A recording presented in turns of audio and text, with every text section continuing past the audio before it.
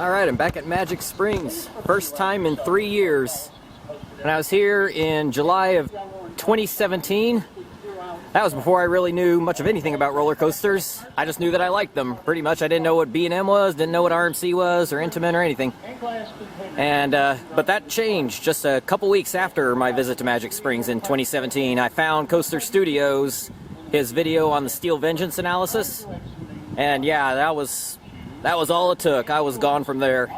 I spent the next couple days just researching everything. I learned probably about 90% of everything I know about coasters in those couple of days. But my last visit to Magic Springs, I really didn't know anything. So it'll be interesting to see what I think of their SLC, of X-Coaster, and Arkansas Twister. But I love that they have an attached water park, and they're doing concerts. They are doing concerts this year. In fact, tomorrow, Zach Williams is going to be here. And that is a go. And Zach Williams is from Arkansas, so that'll be pretty cool. So it's nice that they're keeping that going. Still doing social distancing, of course. In fact, if you get a season pass, the red tent right over there, they are having you drive through. They're doing a drive-through season pass processing. Just to, don't know how much that actually helps, but hey, every little bit helps, and especially in these early stages.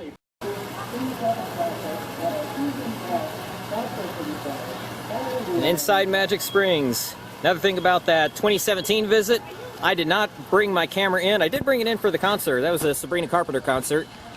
So I did film some during the concert, but I did not film anything of the park otherwise.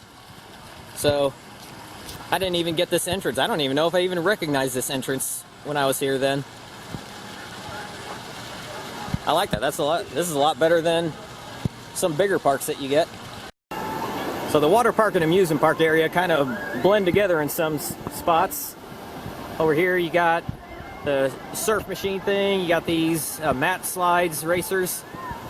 Looks like I got some body slides, maybe tube slides over there, I don't know. I actually didn't get to do anything in the water park the last time I was here because it was just so packed. It was a Saturday, and that was when Sabrina Carpenter was at her height of popularity, so that drew a big crowd. These are tube slides, obviously. You got a lazy river. And there are a couple things that are not open, like I think like the splash pad, or maybe the factory with the splash factory thing. I think that's not open.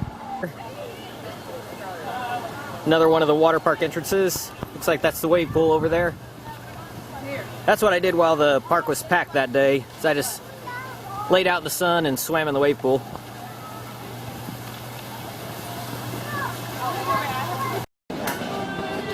Please finish eating and drinking before riding. Loose articles should be left with the non-rider. Magic Springs and its employees are not responsible for lost, stolen, or damaged.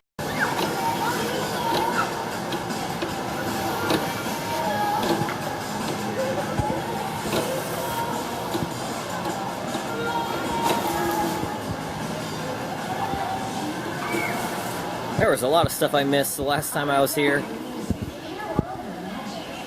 So yes, it looks like that thing is going to be closed this season. Or at least for now. Don't know about later in the year.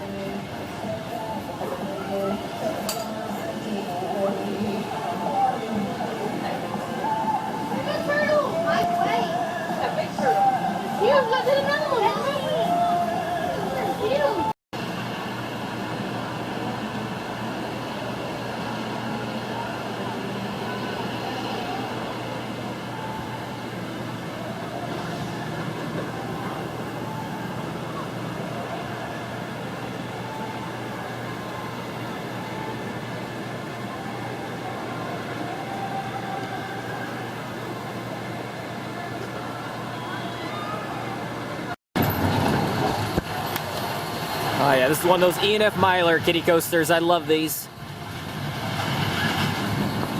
They're the best kiddie coasters.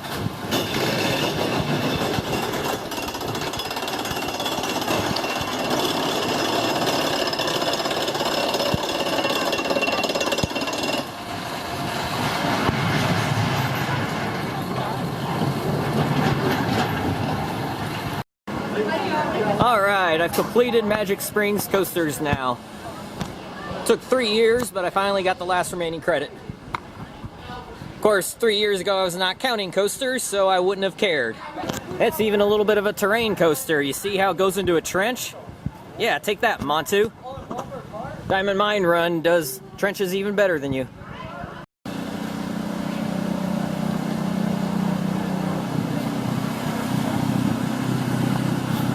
Seated, please pull the lap bar. 3 years ago, I rode front row and back row, and didn't come back to it because it's just too busy. You must be able to hold a normal sitting position forward, hold your headrest, and your hands on the grab bar to inspiration as you ride.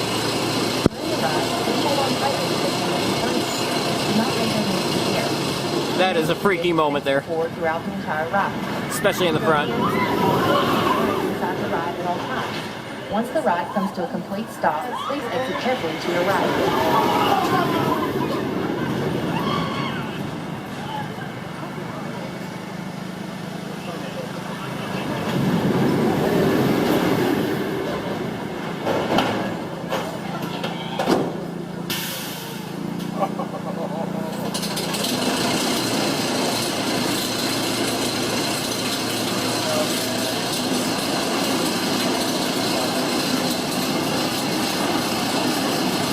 I love the Maurer X car with the pull down from the side, kind of like Timberliner with the pull down restraint from the side. That's nice, but it came down tighter.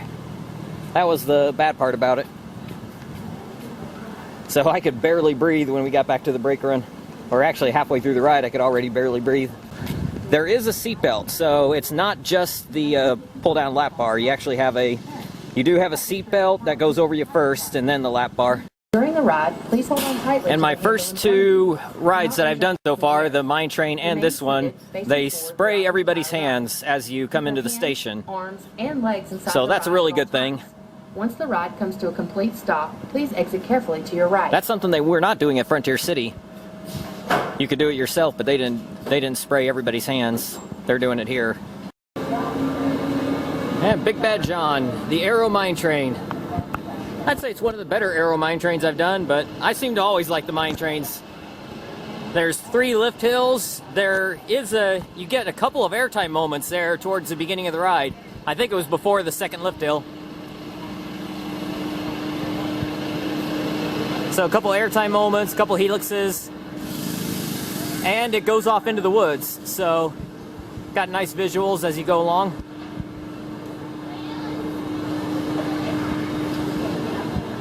Not the best Aero Mine Train I've done, but I'd say one of the better ones. Okay, gotta do that next. Ah, yes, outstanding airtime on that. The first time I didn't know when we were gonna drop. The second time I kind of figured out the cadence of it. But boy, oh boy, you get incredible airtime and you're just floating in your seat for several seconds. I don't keep up with the drop towers like the makes and the variations and whatnot, but boy, oh boy, this one is so good.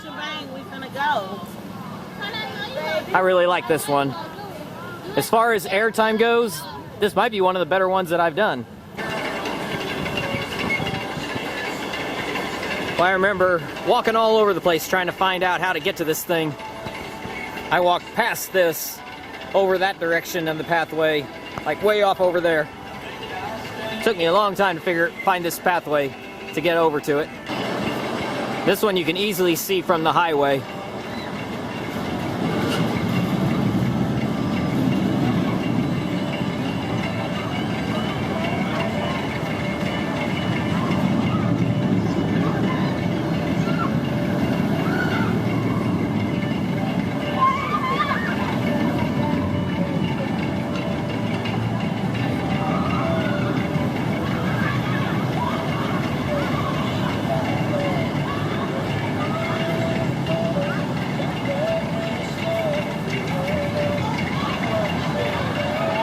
Alright, let's give it a try, see if I like it as much as I did 3 years ago.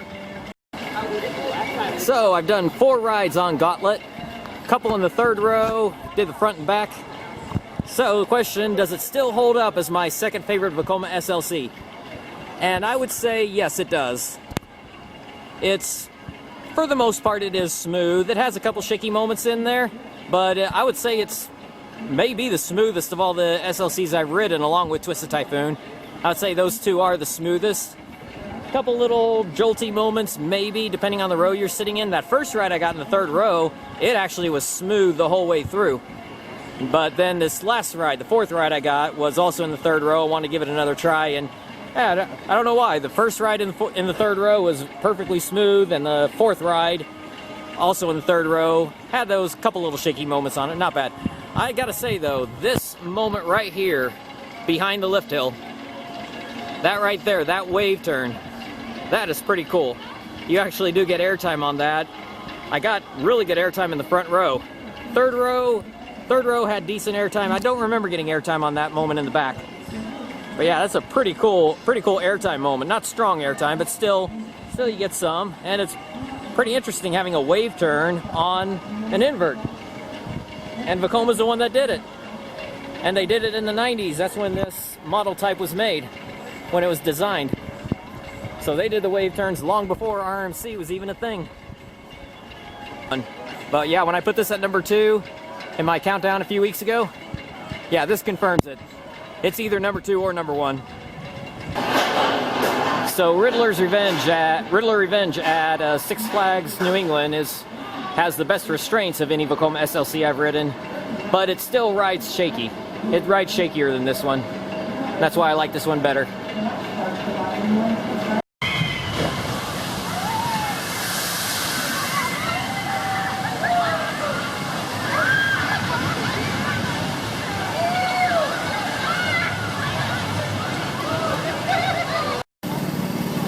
So there are 2 cars, 3 rows in each car, total of 6 rows. Row 1 is really nice for the view that you get. Rows 3 and 6, those are the ones that tend to staple you the worst. It is really hard to keep it from stapling you, and when it staples you, it hurts. And you can't breathe. Row 6 is shaky. Row 6, you really feel the vibration. Row 3, I didn't feel the vibration as much, but I did still get the stapling. Row 2 was actually probably the smoothest ride. In fact, I would say maybe it kind of goes back to the middle row of a car thing that you sometimes get on wood coasters. Of course, this isn't a wood coaster, but I'm just meaning that some of those wood coasters that are shaky, the middle row of a 3-row car is the best. And that seems to be the case with X Coaster too. I haven't gotten to try row 5 yet, but rows 2 and 5, row 2, the middle row of the first car, was really good, really smooth. And that'll be the end of a great first day here at Magic Springs. I basically kind of didn't get into the park until 2 o'clock, so I only had 4 hours here. I got all day tomorrow, though. But with only 4 hours, I got 7 rides on X Coaster, or 6 rides on X Coaster, 5 on Gauntlet, 2 on the Kiddie Coaster, 2 on Big Bad John, none on Arkansas Twister, hopefully it'll be up tomorrow, and 4 water slides. So, considering all the regulations and like the filling every other row, that sort of thing, and cleaning, spraying down the train in between every ride, that's pretty good to get that much done in just 4 hours. But yeah, the crowd definitely was not crowded at all today. So that helped a lot. I'm sure it'll be more crowded tomorrow.